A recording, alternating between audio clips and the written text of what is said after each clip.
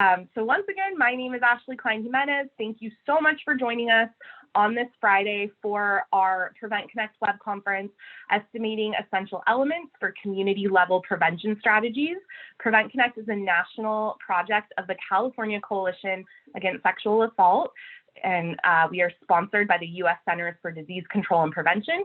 The views and information provided in this web conference do not necessarily represent the official views of the U.S. government, CDC, or CalCASA. And we have some objectives that we hope to meet today, and that is to discuss the purpose of estimating essential elements for community-level prevention strategies. We'll be hearing about the process of identifying essential elements and how that might differ for community-level strategies versus individual or relationship-level prevention programs.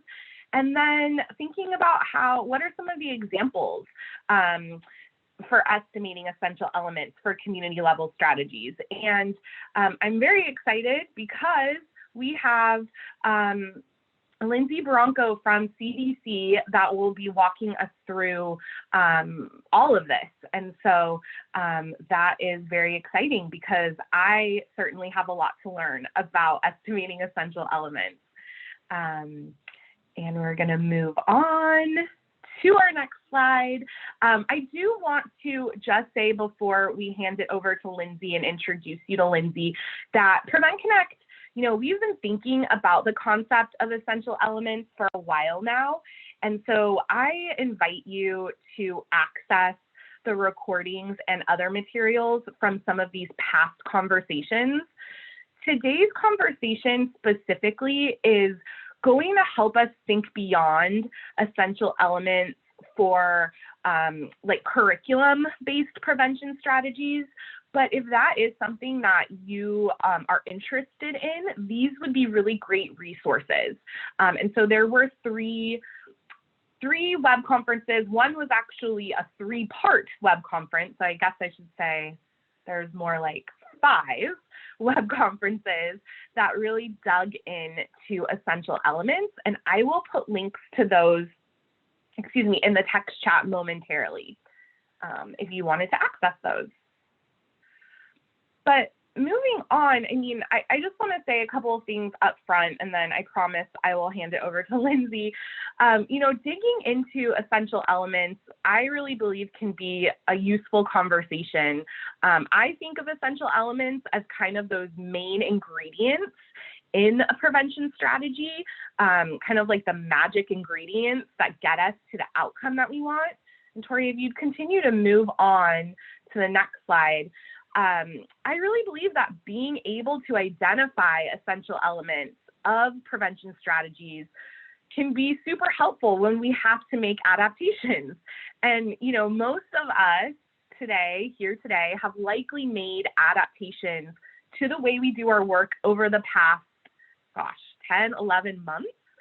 And understanding the essential ingredients or the essential elements of the strategies that we're implementing can really help guide us in adjusting how we approach a changing context.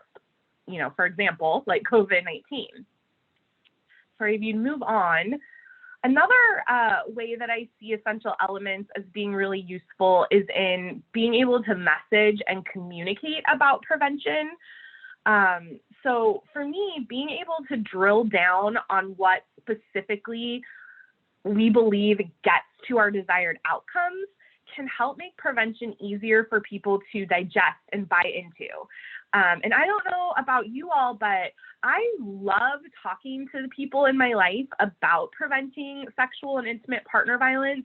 And I'm always looking for ways to help make it more clear, right? To help make connections and to explain things more simply. And I think that identifying essential elements is a tool that we can use in order to be able to do that. And then finally, different communities have really different needs, right? What works in one community might need to be adapted to work in another community. And so drawing out the essential elements of a strategy helps us be able to make those adaptations to meet local contexts while still getting us to our desired outcomes. So an example from my life is that I used to work in Long Beach, California, which is very urban. And I felt like I had a pretty good handle on the culture and the context of the community I was working with. But we fast forward 5 years, now I live in a rural setting, and it's clear that I would not be successful approaching prevention exactly the same way here that I did in Long Beach. Some things would really need to be different, and identifying the essential elements of the strategy I was implementing would help guide me in making those decisions. So, I used to work in local rape crisis centers doing prevention work, and I didn't know anything about essential elements then. But looking back, I feel like it would have been so useful for me to really understand and to be able to identify what some of those essential elements were.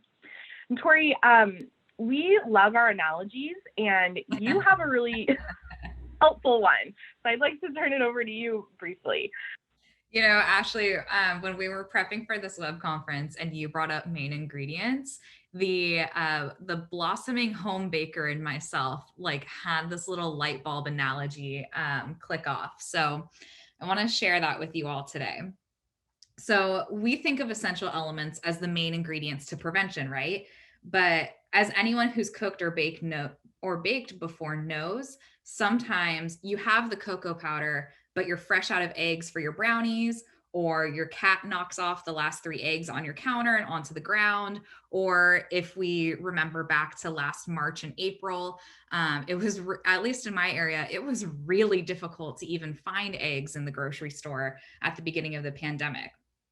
So this can cause a challenge when you're working from a recipe and you're like, well, I don't have any eggs. What do I do now?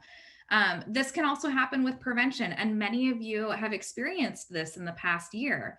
Practitioners have the knowledge, the skill, the materials, the school buy-in to implement 24 in-person school-based violence prevention sessions, but then a pandemic happens, which eliminates or severely limits in-person contact with students. So, where do we go from there? That's kind of like your eggs in your brownie batter. So while swapping eggs with applesauce won't create an exact replica of the brownie recipe you were making, it will still yield brownies that are delicious and enjoyable. And some people may not notice the lack of eggs. They'll just be really glad they're eating brownies. Each of us in our communities and organizations, we all have a pantry of ingredients to make different prevention programs.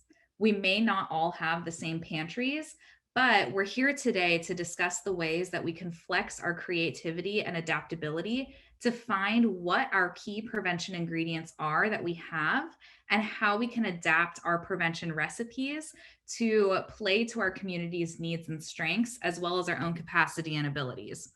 So, really encouraging folks to think creatively about this and think yes, I have the tools, the knowledge, the skills. I have what I need to think about where I can adapt and still end up with something resembling brownies in the end. So, keeping on with this metaphor, we want to hear from you all. Why is it important for you to estimate the main ingredients of a prevention strategy? Where do you see this coming up in your work? And I think Ashley's going to post that in the text chat whenever she gets a chance. Thank you for that reminder. I needed that. I am going to post it right now. Here I go. So Tori, I think that's a great question. I also really want to eat a brownie now. So thanks for doing that. But yeah, why is it important to estimate these main ingredients? And it looks like things are coming up. So Helen Ann says main ingredients are important for fidelity. Yeah, so when you're looking at an evidence-based strategy, how do you make sure that you are keeping with fidelity? Jennifer says, in case you need to change things up. Absolutely. Looking back at, when we have to make adaptations, there's so many reasons. Patrick says, when making adaptations to local needs, I want to know what things I don't want to mess with, right? What are the things that are okay to adapt? And what are those things that are absolutely essential. Let's see, so we can meet the outcomes to the best of our ability given the circumstances. Absolutely. Cultural competency. Absolutely. These are all such great responses. I just agree with them so much. And I'm just, yeah, not having to reinvent the wheel. Carissa says, yeah, I mean, absolutely to all of these. Thank you so much for sharing why it's important to you to estimate these main ingredients. And I think, if I'm not mistaken, this is a time where we get to introduce you to our guest today and our presenter. So Lindsay, welcome, welcome. We have had you present on essential elements to the Prevent Connect audience before, and I have always learned a lot. So I'm so glad that you are with us again. How are you doing today? I'm doing great. Thanks, Ashley. Can you hear me okay? Awesome. Okay. Yeah, you're good. So we're going to let you take it away, Lindsay. Okay, great. And I'm going to leave my camera off also. I hope that's okay with folks. I just don't want to distract myself. And you can go to the next slide.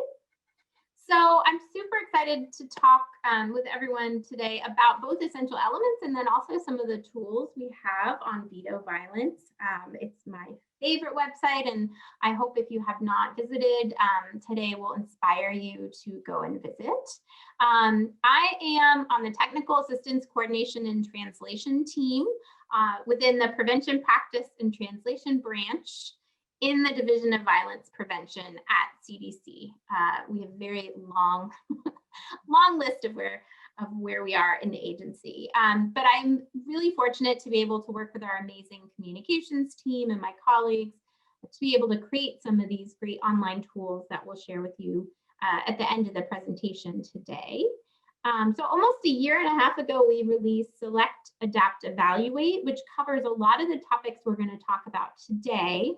So I think we're going to start out the discussion with a poll about this specific tool. So I'm going to turn it back over to you temporarily, Ashley. Thanks, Lindsay. Yeah, so we are interested in hearing from you all about if you're familiar with the Select, Adapt, and Evaluate tool on veto violence. So that polling window should have popped up on your screen. And there are, trying to count fast, five answers that you could choose from. Most of you are saying that you haven't heard of it, which great. Now, you know, hopefully this is a new tool that you'll look at. Some of you have heard of it, but you haven't used it. Very few of you have actually applied it to your work, or there's 2 people that say they regularly consult the tool in my work. So that's exciting. We'd love to hear more about how you do that. Lindsay, I just want to see, you're hopefully able to see how people are voting or how people are selecting, I should say. Yeah, and I'm excited to help folks kind of identify ways they can use this tool so that if you do decide after today you really like this concept and the framework, you feel comfortable going to that tool and using it, because as I'll mention later on, we do have a lot of worksheets, et cetera, that you can download from it to really help you apply this work. So I'm definitely excited to see some folks have started applying, but I'm also excited to kind of introduce it to other folks that are not familiar with it. So I think we can end the poll. So if you want to go to the next slide, another tool that I talk about a lot, and I'll put the link in the chat, is our violence prevention and practice tool or resource on veto violence as well. And we've developed this resource in order to help communities understand how to select, plan, implement, and evaluate the different approaches in the DVP technical packages that Ashley mentioned. And so there are a lot of different items covered under there. We have 7 different phases. But today, and you can go to the next slide, Tori, we're going to cover adaptation, which is just one of those sections within that. But I just mentioned violence prevention and practice because we'll come back around to that at the end. and talk about the different ways that that resource can also help you with estimating essential elements and other aspects of your violence prevention work. So next slide. So the essential elements framework was developed several years ago by Kimberly Frere and coworkers to really start to think about a framework for helping us think about the active ingredients of a prevention approach. And really thinking about this in a practical way versus thinking of it from a research-based kind of strict evidence-informed fidelity manner. So it's really thinking about what are those active ingredients of a prevention approach assumed to be responsible for achieving the intended outcomes. And as Ashley mentioned, thank you for mentioning that, Ashley, there are webinars from both 2017, where I think Kimberly talks a lot about how this framework was developed, and then the one in 2019, which also talks about applying the framework. So I encourage you to take a look at those if you're interested more in how this framework came to be. But when we think about the essential elements, we sort of boiled it down to sort of the who, what, and how of an approach. And obviously all of that is, as Ashley mentioned, really happening within the local context, which we'll talk a lot about today since it's so important for community and societal level approaches. Next slide. So we're not going to talk a ton about programs today just because we have that other webinar. But I think as we think about things like packaged programs or curriculum, the essential elements are a little sometimes easier to estimate, partly because oftentimes there's more research available or the program developers have really kind of created structured implementation guidance. But the what is really looking at the knowledge, skills, and messages that you're trying to deliver through your program activities. And then the how is really looking at how you're delivering those activities, the instructional methods, if you have skills building, practice, etc. What's the delivery timing? Is there a sequence? Sort of the logistics of how you're rolling out your activities. And then the implementer, or the who, is typically the person who's actually delivering the program activities or the facilitator. And so when we think about applying essential elements in this way, it sometimes can be, as I mentioned, a little easier to kind of think about what that looks like. But what we're going to talk about today, next slide, is what those might look like when we're thinking about other types of prevention strategies. So this could be things like environmental change strategies, norms change, policy efforts. As you can imagine, these are all so dependent on your context. They all look a little bit different in terms of where you're applying them, how you're applying them. And so we have to take a little more flexibility as we're estimating the essential elements. So the content, or the what, may be your key messages or changes that you're implementing. Oftentimes there may be design elements specific, for example, for environmental change, or different policy components that are really critical. And then your delivery, or your how, is again really dependent on that approach that you're taking. But oftentimes there may be some guiding principles or theories that are influencing the work that you're doing. And as I mentioned, there may be lots of different methods that you're using to actually implement these specific types of approaches. And then finally, when we think about the who with these types of community and societal level approaches, oftentimes the implementers are different than sort of a teacher standing in front of a classroom. We're thinking really about who we're working with, opinion leaders, community leaders, technical experts. So oftentimes we have to sort of expand our bubble of thinking in terms of who the actual implementers of these types of approaches are. And next slide. So I just put this slide up. It's a little fuzzy, sorry, but this is an example of some of the questions from one of the worksheets where we're thinking about how do we really estimate those essential elements? And I know oftentimes when we're having discussions with communities, they oftentimes say, well, just tell us what the essential elements are.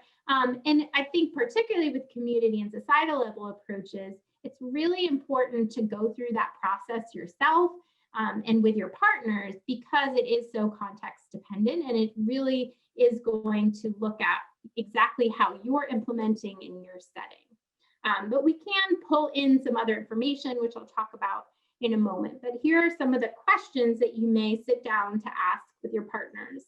But what are the key messages, design elements, media elements, or policy components? What guiding principles, approaches, and processes are central to success of the approach? And which leaders or partners are central to the success? And what are their characteristics? So these are sort of the overarching questions that you're going to start to think about as you're estimating those essential elements. And next slide.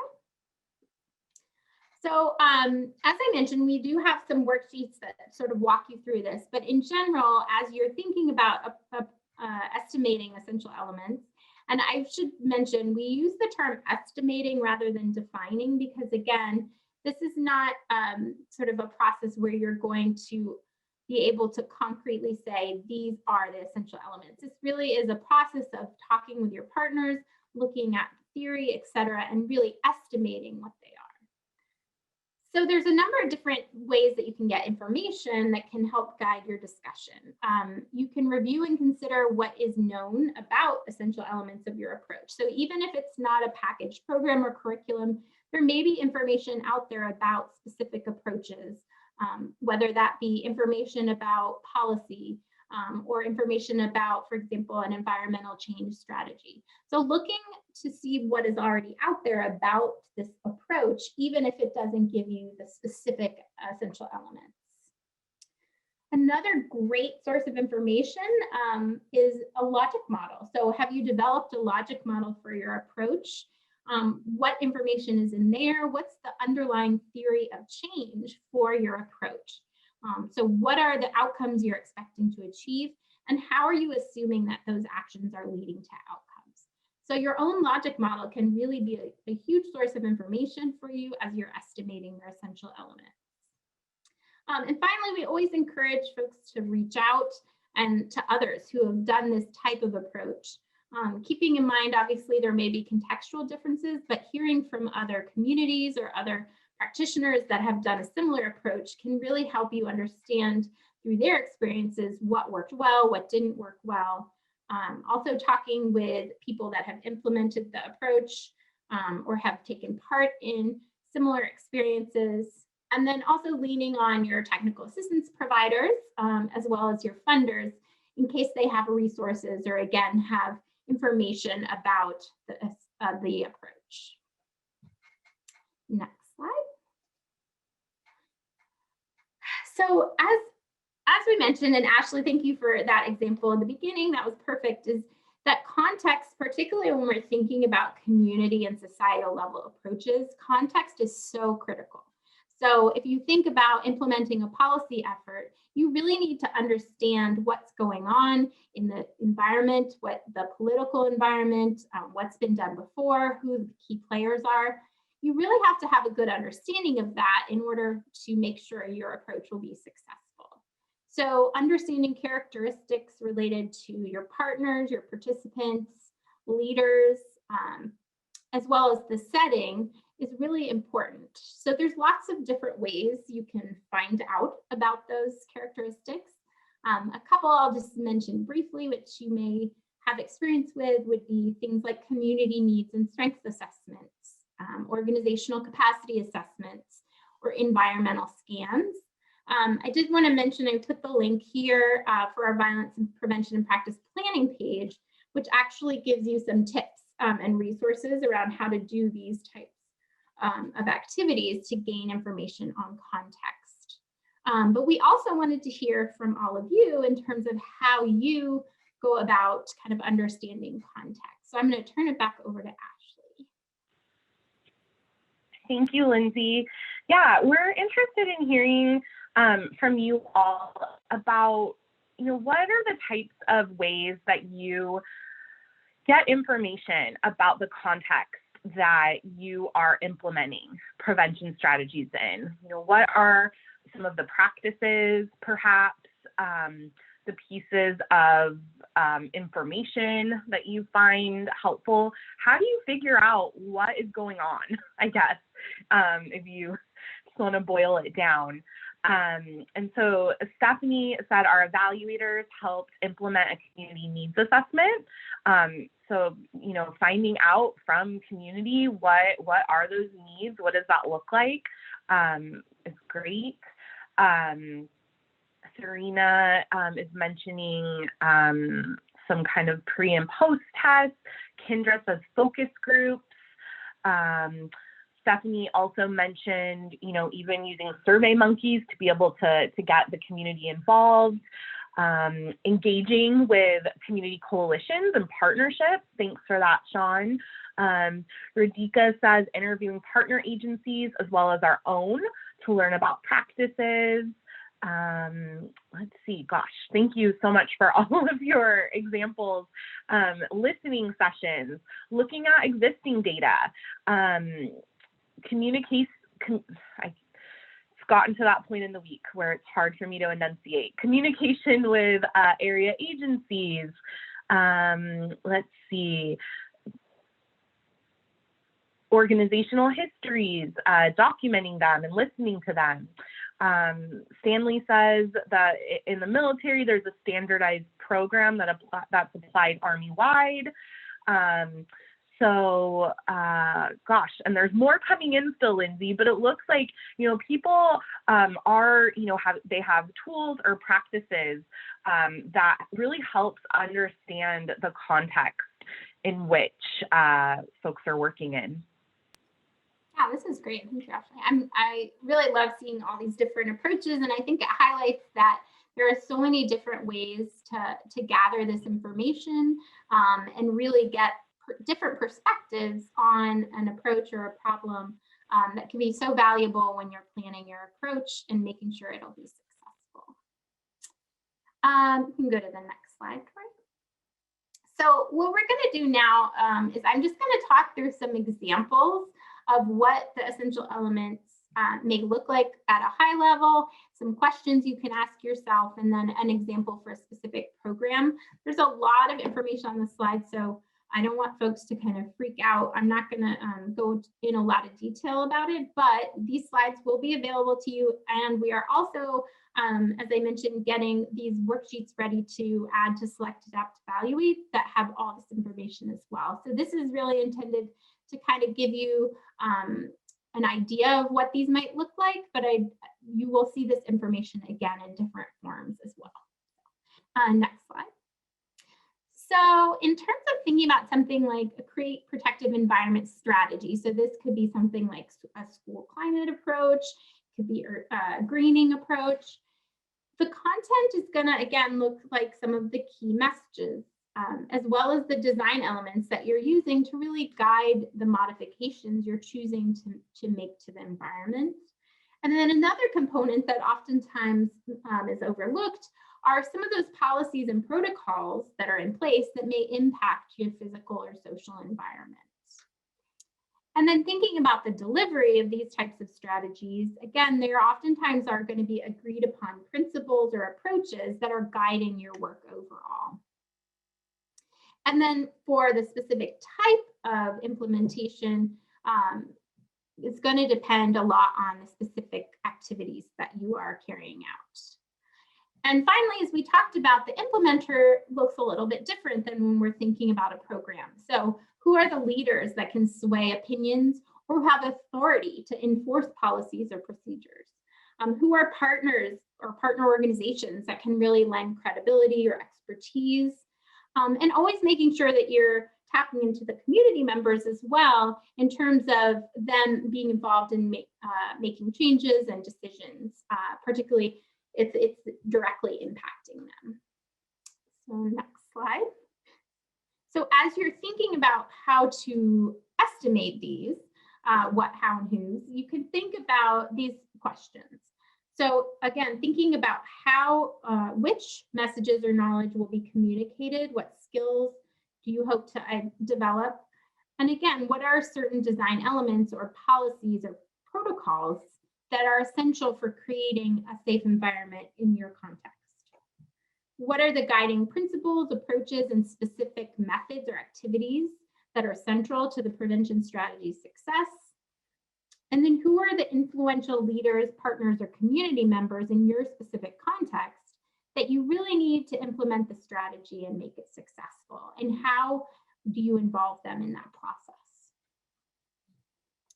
So next slide. So if we think about this for a specific program, for example, a program focused on improving school climate and safety, some examples of the what, how, and who could be looking at developing a system of teachers and school staff that monitor violence in schools. Another context or what could be messages on posters that are communicating that the school is in a violence-free zone. You also could look at design elements such as lighting to maximize visibility and ensuring that problem areas are well lit. And finally, you could look at things like school policy mandates that reinforce some of your other messages and your approaches. In terms of delivery, again, an example of a how essential element could be that you have guiding principles that create a warm, welcoming environment for all students and foster a sense of physical and social order. Or it could also be focused on the training in terms of staff, giving them the skills they need to monitor building hotspots, and thinking about where to post posters, or thinking about the role that administrators may play. And then finally, who, as we're thinking about a school environment, that may be the administrator who can champion school policies and make sure staff have dedicated time and resources, as well as thinking about the students and their role in the program. Are they working in partnership with staff to map out the hotspots, for example? And it could include parents and caregivers as well in terms of shaping school policies and procedures. Next slide. So another example could be looking at social norms change strategies. And there's a lot of different ways to implement social norms change strategies. So this is kind of a broad look at a high level, but that could be looking at what are your key messages or skills and knowledge? What are the action steps you're hoping that your audience will take?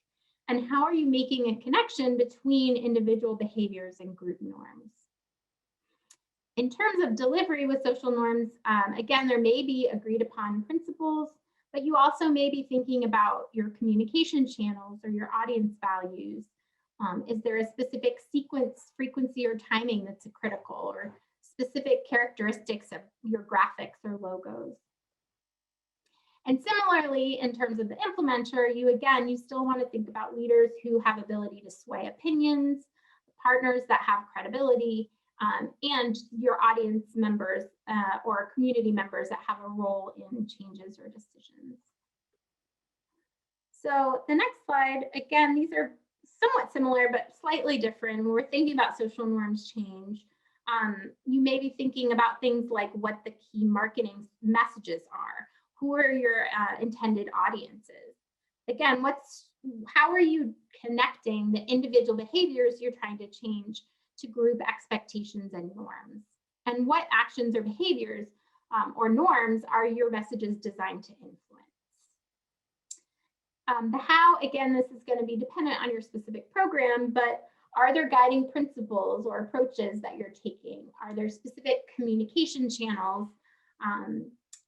And then thinking about, for example, if you are using your audience values or recognizable graphics to help raise visibility and credibility. And finally, again, who are the influential leaders, partners, or community members that are really critical to implementing that strategy? So on the next slide, we'll talk through what this might look like for a bystander intervention.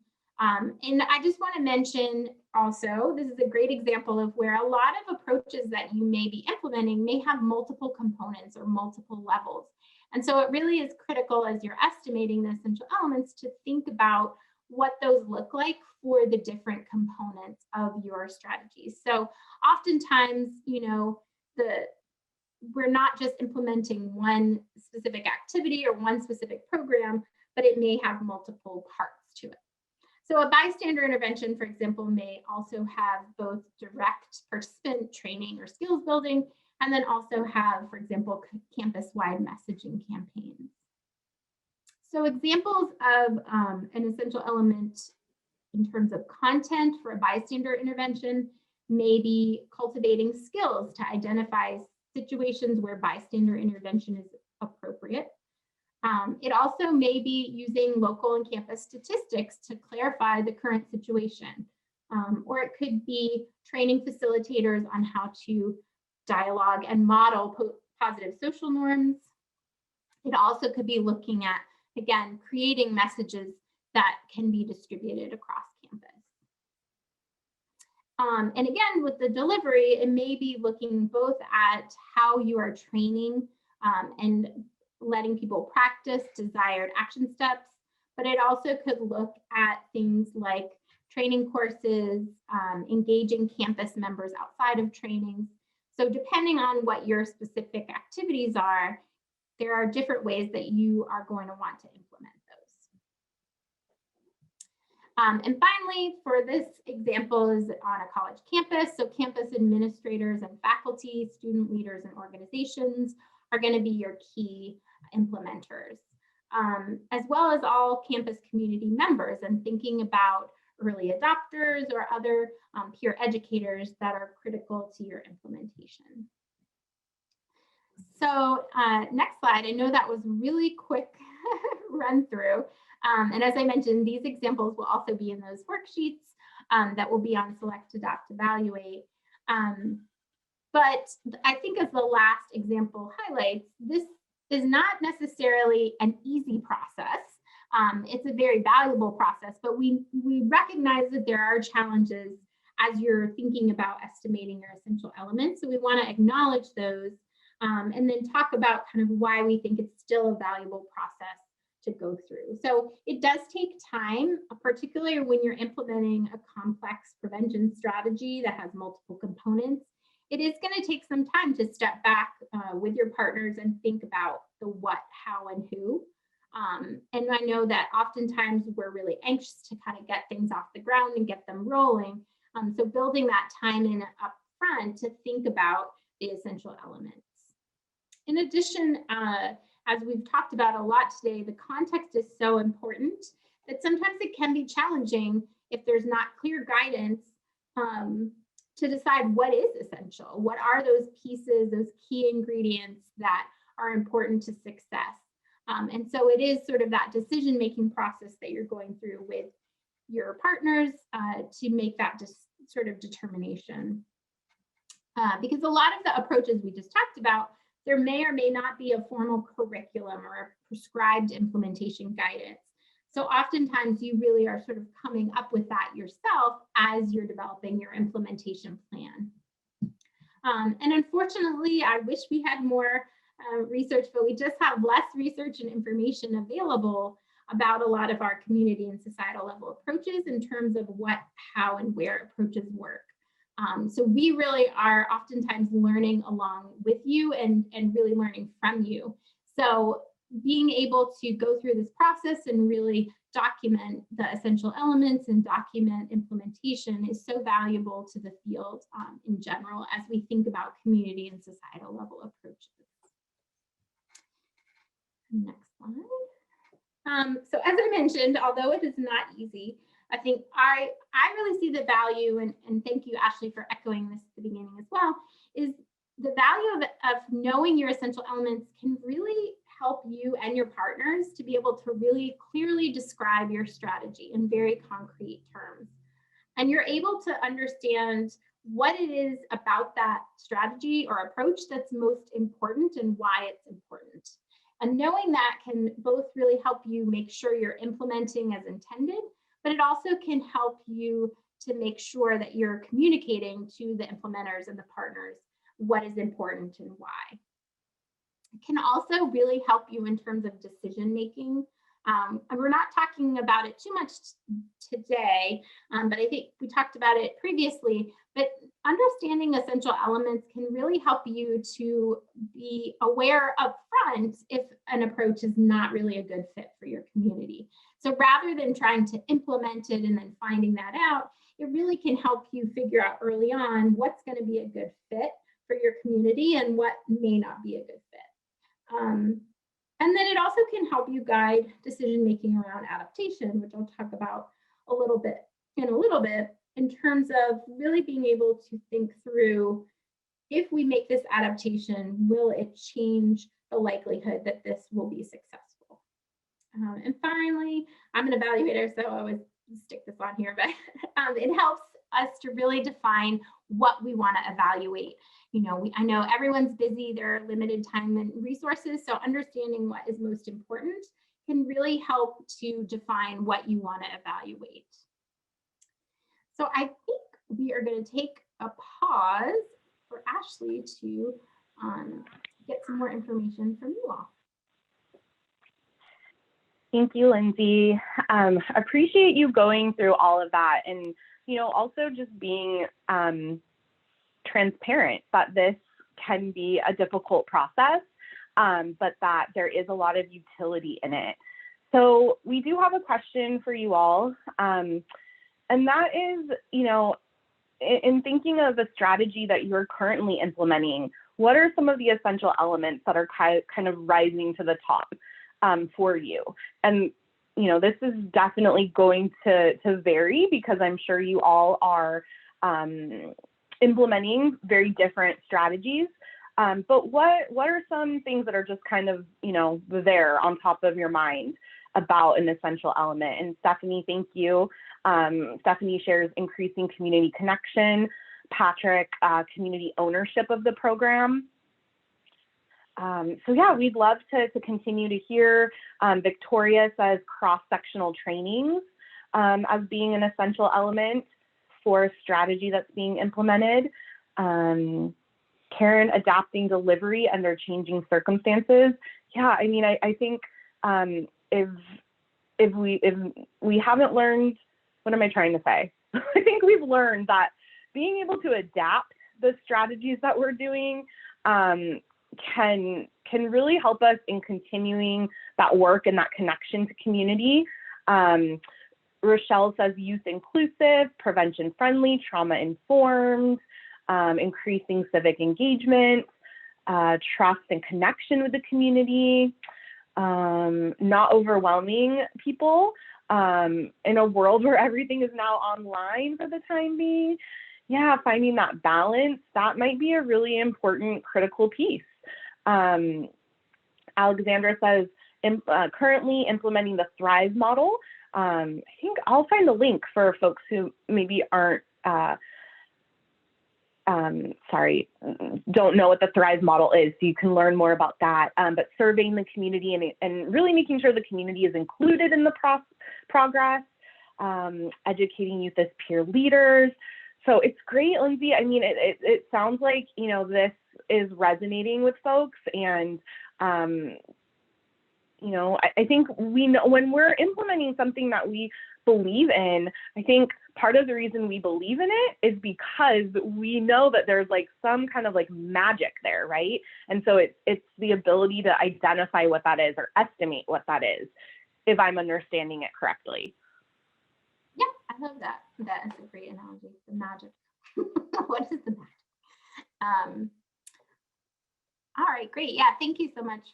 It sounds like folks definitely have sort of a good sense of what is underlying why their approaches are successful. So you can move to the next slide. Thank you. So now we're going to shift gears a little bit and talk about how you can use essential elements to guide your decisions about adaptation. And so next slide. First, I want to talk about what adaptation is, because I think depending on sort of your background and your training, I think some folks sort of think of adaptation as a bad thing. They're not having fidelity to the model, et cetera. But we really want to kind of change everyone's mindset about adaptation, because it really can be incredibly valuable and almost essential in making sure that your approach is successful. So when we think about adaptation, it's changes made to an evidence-informed approach, often to increase fit with either your local community, context, and capacity. And adaptation can be planned out, something that you think through before you actually begin implementation. But oftentimes adaptation is something that sort of comes up or bubbles up as you're implementing, that you realize that something's not really working or fitting. So what we want to stress today is how essential elements can really help you make decisions about what adaptations can you make to increase fit that don't really impact that underlying magic or the essential elements that make your program successful. So it's really, again, this balance between maintaining your essential elements and allowing for adaptations and finding that balance between those two. And again, it oftentimes is looking at changes to what's being implemented, how it's being implemented, and or who is implementing it. Next slide. So a lot of these examples may feel like they resonate more with programs, but a lot of the common reasons for adapting might be, for example, to increase participant understanding and participation in the activities, to make lessons or messages more relevant for participants, or to create or maintain that strong relationship with participants or partners. Oftentimes, it's to respond to limited time and resources. So being realistic about the time and resources that you have to put into an approach. Or it could be to fit with practitioner teaching style, approach, or background. It also oftentimes for policy could be adapting to fit the local, for example, the local policy context or the context of your specific state or local policy environment. So as I mentioned, oftentimes it's looking at modifications to your specific activities, how they're delivered, or it could be who you're involving, your implementers. We may see additions or deletions to content or changes to sequence and timing. So I wanted to, next slide, I wanted to give some examples that looked more at community and societal level approaches so you can get sort of a sense of what that might look like for something that's not necessarily a packaged program. But you may look at adapting content for a new setting. For example, something that was designed to be implemented in a four-year school, what adaptations are needed for a community college. You may be adding a component focused on social media or marketing to expand and reinforce your messages.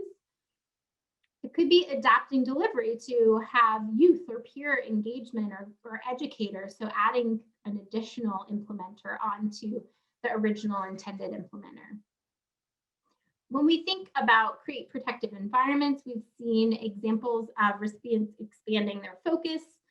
So they may, instead of just focusing on the school, they may decide to also focus on the neighborhood surrounding the school.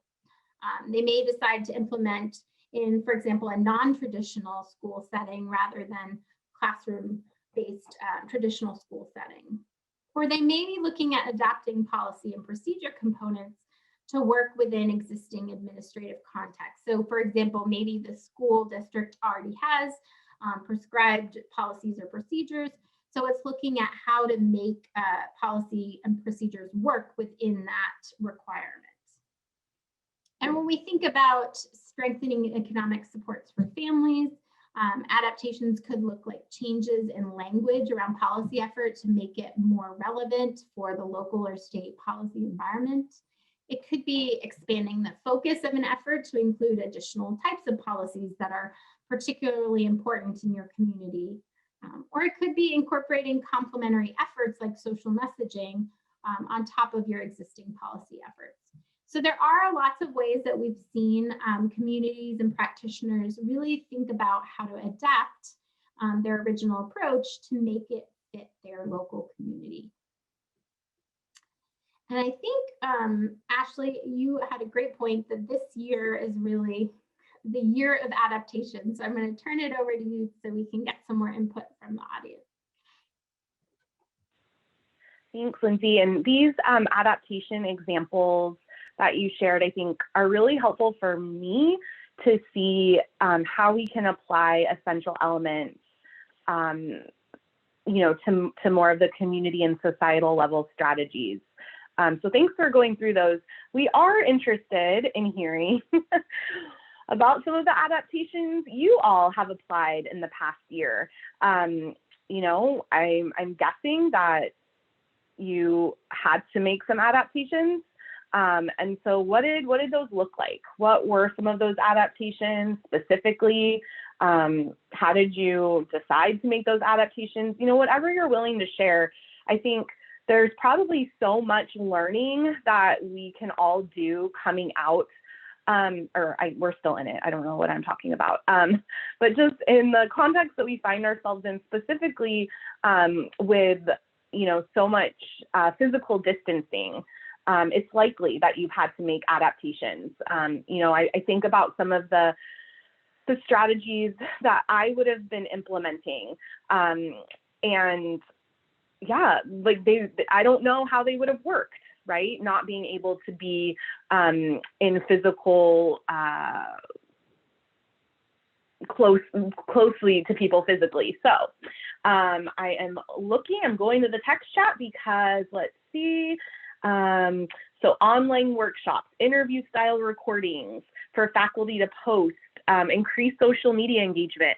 I feel like I've been hearing a lot about that people have really been creating social media plans that maybe hadn't been part of their effort before, or at least not so planned out.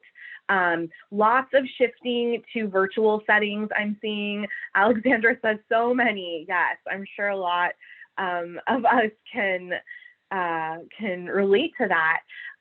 Cassie says, I've taken a step back from individual efforts and focused more on community level efforts, doing needs assessment. Yeah, I think it's, I've always had a sense, not always, I've had a sense over the last few months that maybe this is an opportunity for some of us who have been more focused on individual level strategies. Maybe this is the push or the opportunity to really think about some of those outer level strategies. Lots of picture books on the PowerPoint. Oh my gosh, Kendra, I imagine that took a long time.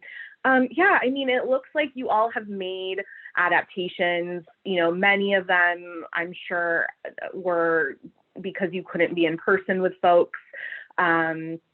But there's also, I'm sure, adaptations that have been made even to things you were already doing virtually.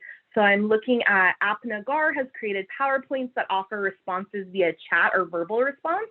So instead of in-person writing participant responses on a large Post-it paper with markers, we now have blank PowerPoint slides onto which I write participant responses. That's a great example of an adaptation to, still being able to get people's insights and their participation, but having to really shift that to doing virtually. Thank you so much, Radhika, for that example. So Lindsay, I want to pass it back to you. I'm sure you've been keeping an eye on what folks are saying. It truly has been a year of adaptations. Yeah, and I think we have continually been incredibly in awe of everyone and inspired by how creative and flexible all of you have been this year. So we are definitely in awe.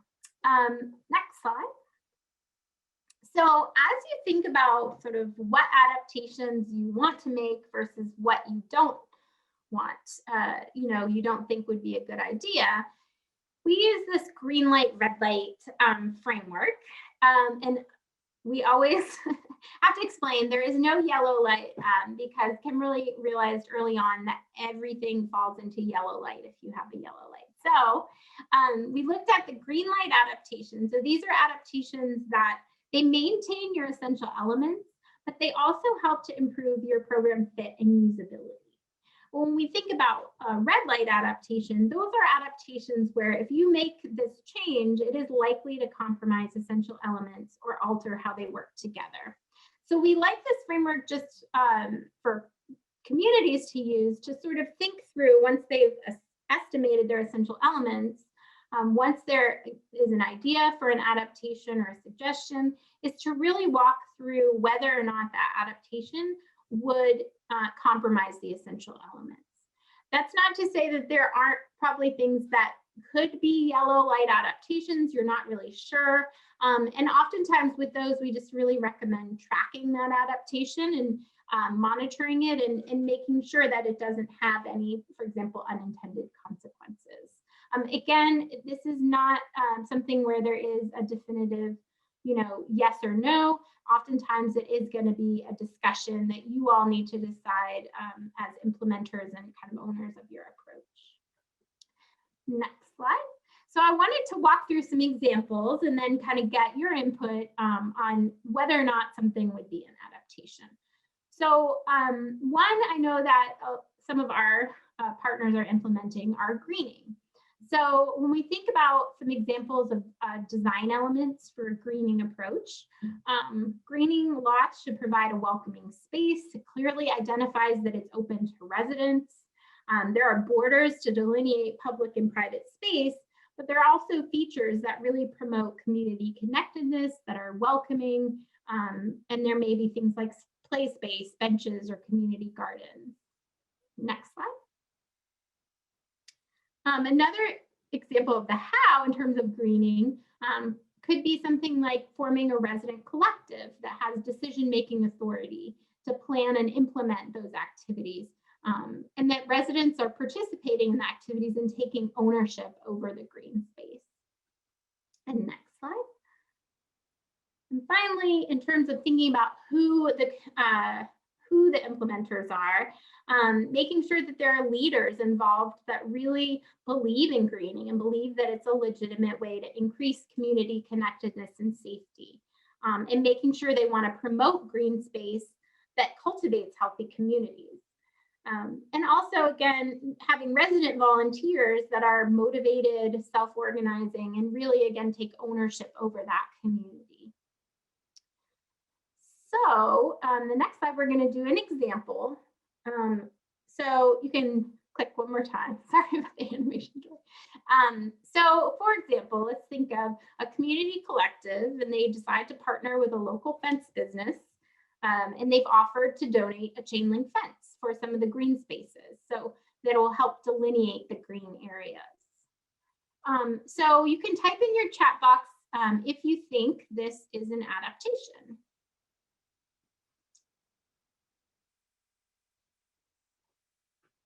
Maybe to save time, we'll kind of jump to the next question too. Oh, sorry, go ahead. No, I was just going to say, so is putting the chain link fence to delineate the greened areas an adaptation to a greening strategy? That is the question, right? Yes, sorry, yep. Great.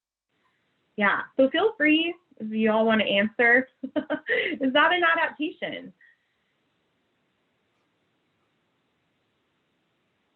And again, this is and I don't like a quiz. There's no, there's not a right or wrong. Yeah. Answer. Yeah, it's kind of what you would think. And I think people are answering if it's a green light adaptation right now. Oh, okay. Which I think is your next question. Yes. So if we assume, and you can, so if we assume it is an adaptation because the model kind of typically uses low hedges to create a welcoming space, would you consider that a red or green light? And it sounds like, so either folks don't think it's an adaptation. And I think this is a great example of where the answer is, it depends, right? So think about the context of which you're using chain link fence. So is it a 6-foot chain link fence that only goes around part of the space? Is it, a 10-foot chain link fence with barbed wire on the top? So I think, folks have a great point that, it really does depend on what that fence looks like. And so, for example, would the question have the same answer if they were going to donate, for example, a 3-foot, white picket fence? So I think this is a great example of where it really is going to depend on your specific community and how your space would fit within the context. But yeah, I think folks have great points. Exactly. So chain link might say not allowed, whereas something like a low wooden fence would sort of make people feel welcome. So this is a great example of where, again, there is no right or wrong answer. It really is looking at a lot of the context around that answer. That is a great point too, in that it was donated, so where they told what they could have versus, you know, where they asked for a certain type of fence. So yeah, so having community voice in what that fence looked like could be a really important concept as well. All right, so let's go to the next example. So we're going to talk through now a social norms change strategy example, specifically around social marketing. So for this example, the key messages and desired actions are looking at disseminating messages designed to increase recognition among college students that non-consensual sex is sexual violence. So they want to really use these messages to initiate a call to intervene in situations where consent has not or cannot be given. Next slide. So in terms of their how, they sort of thought through how in terms of online engagement events and in-person campus events, but they also really defined the guiding principles. So they want to make sure that their messages and marketing materials are empowering, inviting, action-oriented, and do not shame others, and that they reflect the audience characteristics. And then they also want to develop public service announcement videos on consent. Next slide.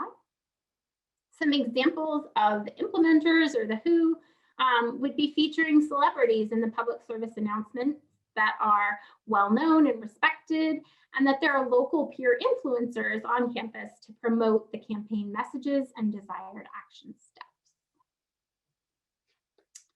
So in this example, the team decides they want to use photographs in their messaging about including people that look hopeless, scared, or lonely in their social media messages to really help to illustrate the impact of sexual violence.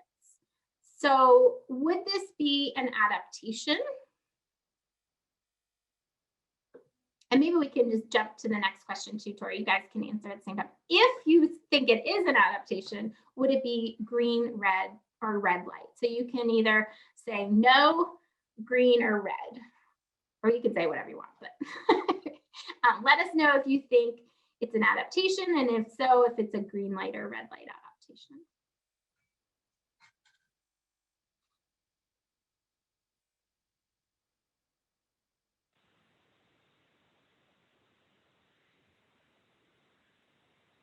So I picked up, I think, on,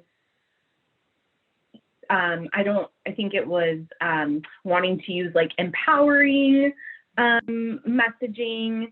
And so I would say that that's probably a red light, because to me, I don't think that that would get them to what that element was. Mm-hmm. And I'm seeing in the chat, so let's see, Patrick says it isn't a prevention message and it's definitely shaming. Karen says yes, adaptation, red light, big red light. Angela says I don't think it's an adaptation, they haven't maintained the who. The negative messages and visuals don't provide a positive message of change. It can be disturbing to someone struggling with that incident. It depends on so much. It might reflect the responses of survivors they've engaged, but it also does possibly stigmatize survivors or alienate survivors who don't look scared and feel lonely and hopeless. It can re-traumatize. Lots of good kind of, you know, there's more conversation I think that needs to happen, right? And you've said it over and over again, Lindsay, that a lot of this is you really have to have these conversations with your partners about the how, what, and who. Yeah, definitely. And I think it's a great point for something like this, in that, you know, as we've seen a lot of organizations and practitioners are shifting to doing more and more social marketing. So having those conversations and really deciding on what messages your images are giving to the audience is really important to think through.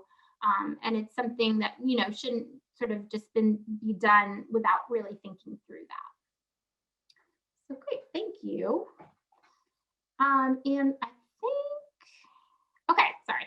Yes, so I think before we turn to another chat question, we wanted to really just kind of summarize today that essential elements are what we assume are the active ingredients, as we mentioned, but really being able to understand those and kind of understand the underlying theory or logic to your approach can really help you not only to facilitate adaptations, but to communicate with your partners and to really make sure that you're focusing on what sort of those really important or key ingredients of your approaches are. And so I hope today at least gave you kind of a start to really thinking through how do you have those conversations with your partners.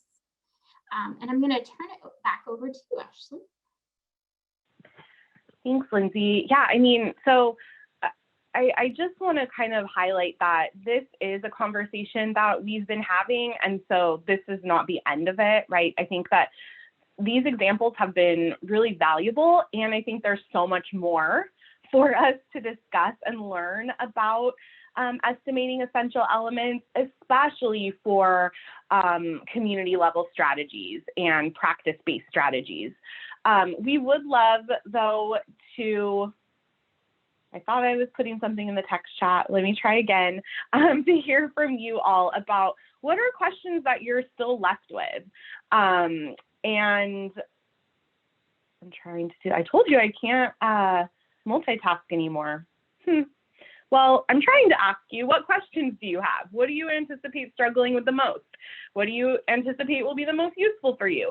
Really just any kind of reflection from what Lindsay has walked us through. We'd love to hear from you because, like I said, this won't be the last web conference we do around essential elements, and so knowing kind of what are some of the other things. Thank you, Lindsay, for helping that, helping me with that. We do also have some more resources to leave you with. And, but again, feel free to continue to put any insights, or if you have questions now, we have a few minutes left, so we can absolutely pose those questions. But I did want to just highlight for you some of the resources that we'd like to leave you with. And I'm seeing Serena working with key stakeholders. Stephanie says keeping partners focused on essential elements and not wandering into issues that are outside of the mission. I would love to see more about logic models and how to create an effective one. Oh, okay. I don't know that people typically ask for logic models. Very happy. I know, that's great. Yeah, this is all really helpful. So I found how to paste again. I don't know what I was doing wrong. Sorry, I still continue to learn how to use Zoom apparently. And Heather is echoing the logic model development. So, all right, stay tuned. We hear you all. So I'd love to just point out, and Lindsay, please feel free to jump in because you know these tools, you know, so well. But we'd love to direct you to the Veto Violence Adaptation Guidance, Select, Adapt, Evaluate. I have found myself using this tool in the past couple of months, and I just love how it's super user-friendly. So I don't know, Lindsay, if there's more you want to say on that, but I really have appreciated it. Yeah, and I think it may be on the next slide, but we have also, like I said, a number of those worksheets that you can download and fill in. You can save it. So making sure, yep, they're there. So making sure you're aware that they're there. So, you know, even if you're not interested in going through the tool itself, there are those worksheets that you can use with your partners. Great, yeah. So I just put the link where you can find those worksheets.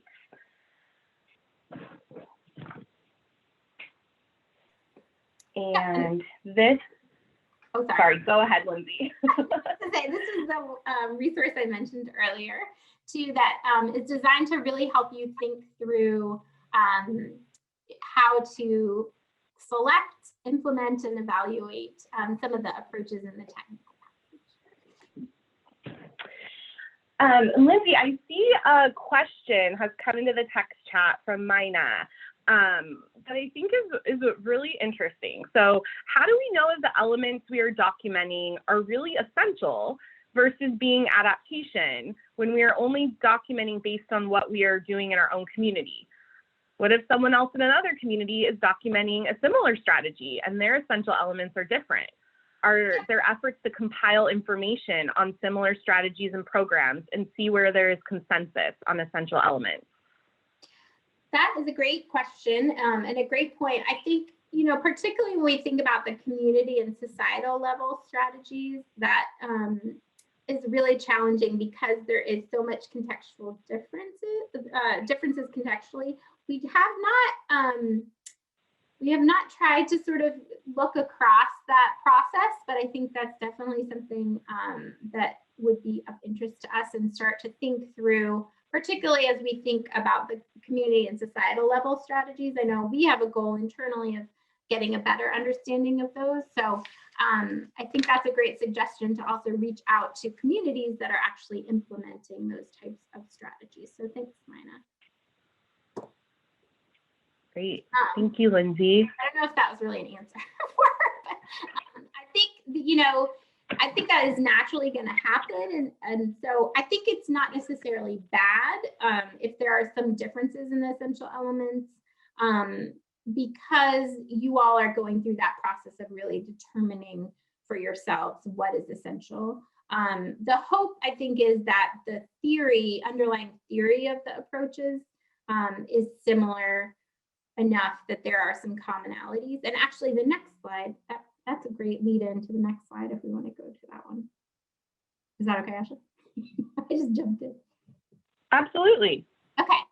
Yeah, so one thing to kind of address this, not completely, but to start to get to this is within violence prevention and practice, we've created an approach summary for all of the approaches in the violence prevention technical packages.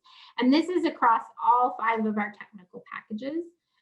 So I would encourage you, if you're starting this process and kind of struggling with what some of those essential elements might be, to take a look at these approach summaries. You can search either by violence type or by strategy.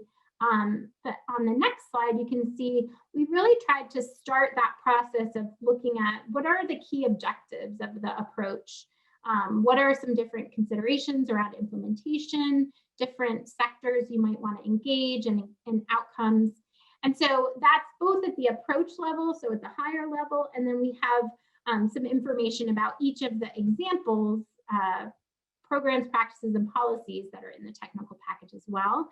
So if you're sort of struggling with where to get started, this may be a good place. We tried to also add some external resources so that you can, making it easier for you all to find some of the resources about the different approaches.